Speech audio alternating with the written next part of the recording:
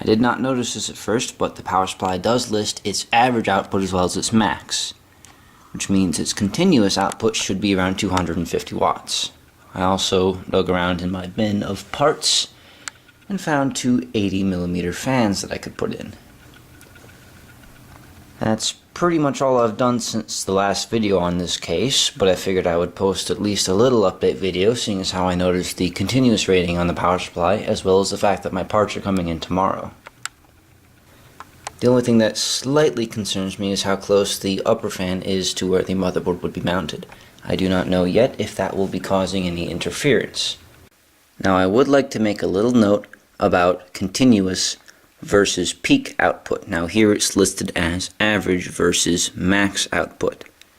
The maximum output, or the peak output, is what the power supply is capable of reaching, but there really isn't much of a solid definition for how long it should be able to reach those. So never, ever rely on the maximum output of the power supply. Continuous, the power supply is absolutely rated to achieve.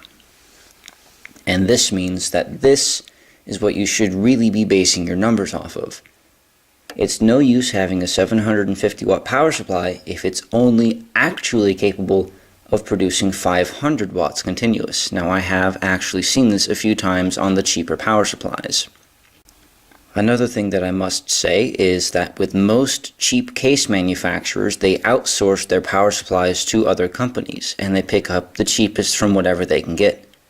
Now this case was made by Logisys, and since they also make power supplies, they did provide their own in-house brand. I have used Logisys power supplies before and I've never had any problems, but I will say that they are a little bit sketchy, so I will not be using this power supply for any great length of time. However, I've decided that this is a pretty good chance to test out their lower end power supplies and see if they're any good. Now there's a great website that lets you input certain things that you're going to be using on your computer, such as graphics cards.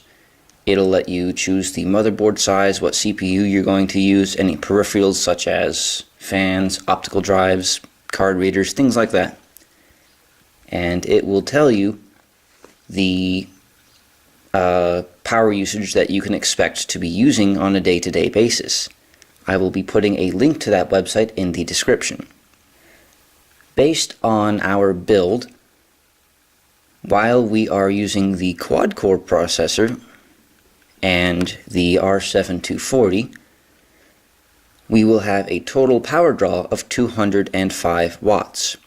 Now, since this power supply is rated for continuous output of 250 watts, that should be easy enough to achieve. Of course, once we upgrade to the 750 Ti, we will most likely be upgrading the power supply as well, simply because I do not want to be pushing the envelope of what it is capable of continuously outputting. That is dangerous. Not only can that start doing things like blue screening your computer when it does not provide enough power for what you're demanding, but certain lower end power supplies have been known to cause fires.